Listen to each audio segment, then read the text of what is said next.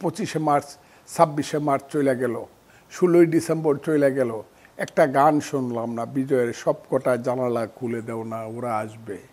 21 ফেব্রুয়ারি চলে গেল, একদিনের জন্য কানে কিন্তু বাজলো না আমার ভাইয়ের রক্তে রাঙ্গানো, বরং 21 ফেব্রুয়ারি মেলাটারে বানায় ফেললো এটা একটা ইস্তেমার মাঠ, জঙ্গিদের একটা কারখানা। 25-26 মার্চ চলে গেল, ওই যে উনি বললেন একটি ফুলকে বাঁচাবো বলে যুদ্ধ করি, পূর্ব দিগন্তে সূর্য উঠেছে রক্তলাল, অথবা পথের ক্লান্তি বলে স্নেহ ভরা কোলে তব মা গো বল কবে শীতল হব, তীর হারাই ঢেউর সাগর পাড়ি দেব রে, বাংলার সন্তান চলো সমানে সমান। আপনি বলেন আমরা একটা কথাও শুনবো না। জনাব রহমান, এই আয়োজনগুলো তো গত বছরগুলোতে আওয়ামী লীগের উদ্যোগে বিভিন্ন পাড়ায় মহল্লায় হতো, বিএনপির একটা মুক্তিযোদ্ধাদের দল হিসেবে এই আয়োজনগুলো করতে পারলো না? বিএনপির ব্যাপারটা আমি এখানে উত্তরটা দিতে পারবো না এই কারণে, মানে এই আয়োজনগুলো তো সবসময় রাজনৈতিক দলগুলো পাড়ায় মহল্লায় করে। আমার মনে হয় বিএনপি যেহেতু মুক্তিযুদ্ধ ছাড়া বিএনপি কোনো অস্তিত্ব থাকবে না। বিএনপি নেতারা কি মনে করবে আমি জানি না, কিন্তু মুক্তিযুদ্ধ না থাকলে জিয়াউর রহমান নাই। Who is major Zia? উনি তো অপরিচিত ব্যক্তি, উনি তো 27 মার্চ আইসা I major Zia do hereby declare the independence, এইটা কয়ে মেজর জিয়ার সামনে আসলেন। কাজে মেজর জিয়ার নেতৃত্বেই তো বিএনপি। তো মুক্তিযুদ্ধ না থাকলে মেজর জিয়া থাকে না, আর মেজর জিয়া না থাকলে বিএনপি কি? বিএনপি থাকে না।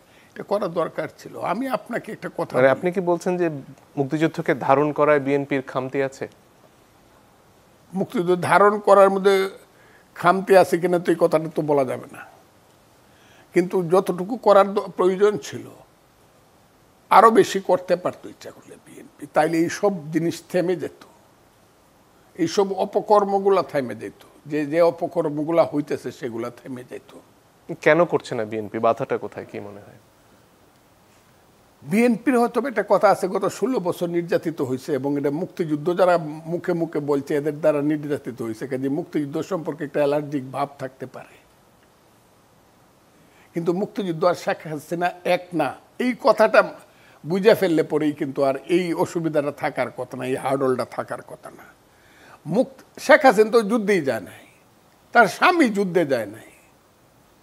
মুক্তিযুদ্ধ করছে বাংলাদেশের 7.5 কোটি মানুষ, 1000 বছরের শ্রেষ্ঠ অর্জন। এই যে আমার নেতা বলছে 1000 বছরের শ্রেষ্ঠ অর্জন হলো বাঙালির মুক্তিযুদ্ধ, এইটার সাথে অন্যদেরকে তুলনা হয়।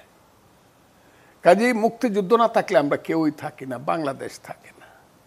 আপনি খুব চিন্তা করে দেখেন, মুক্তিযুদ্ধ হলো বাংলাদেশের, মুক্তিযুদ্ধ হলো বাংলাদেশের মা, বাংলাদেশের পেট ছিঁড়েই মুক্তিযুদ্ধ বেরি, মুক্তিযুদ্ধের পেট ছিঁড়েই বাংলাদেশ হয়েছে।